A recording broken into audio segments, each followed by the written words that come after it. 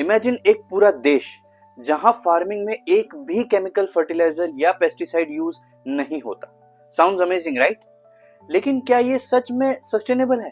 और क्या इंडिया जैसा देश भी इस मॉडल को फॉलो कर सकता है?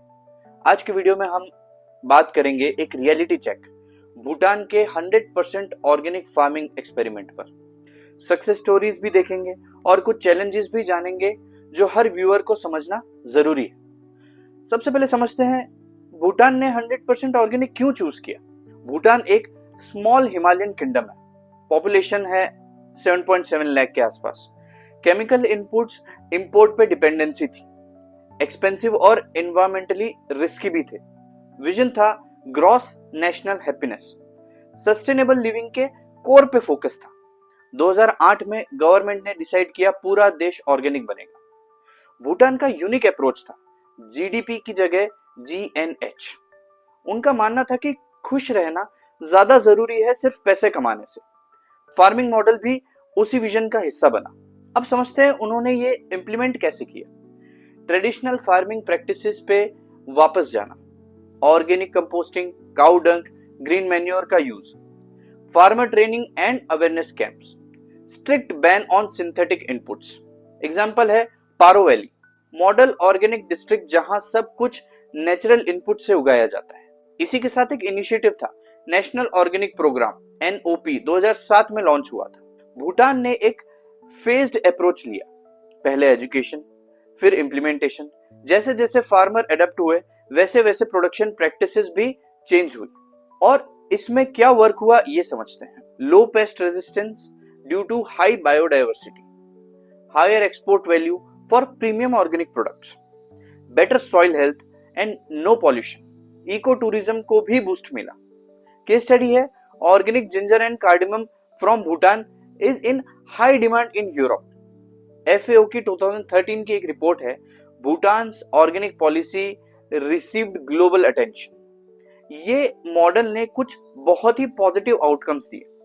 टूरिस्ट भी फैसिनेट हुए कि एक पूरा देश ऑर्गेनिक कैसे हो सकता है। फार्मर्स को लॉन्ग टर्म बेनिफिट दिखा, प्रोडक्शन में स्टेबिलिटी और मार्केट प्रीमियम के थ्रू। पर इसमें काफी सारे चैलेंजेस भी फेस हुए, जैसे low crop yield in initial years, high labour intensive without chemicals, weed और पेस्ट पे कंट्रोल में दिक्कत आई, मार्केट एक्सेस और लॉजिस्टिक में भी प्रॉब्लम्स आई। इशू था रिमोट हिल विलेजेस में प्रोड्यूस भेजना, जो कि बहुत मुश्किल था। भूटान एग्रीकल्चर सर्वे 2022 कहता है productivity dropped in rice and मेज। 100% ऑर्गेनिक का मतलब ये नहीं कि सब कुछ परफेक्ट होगा।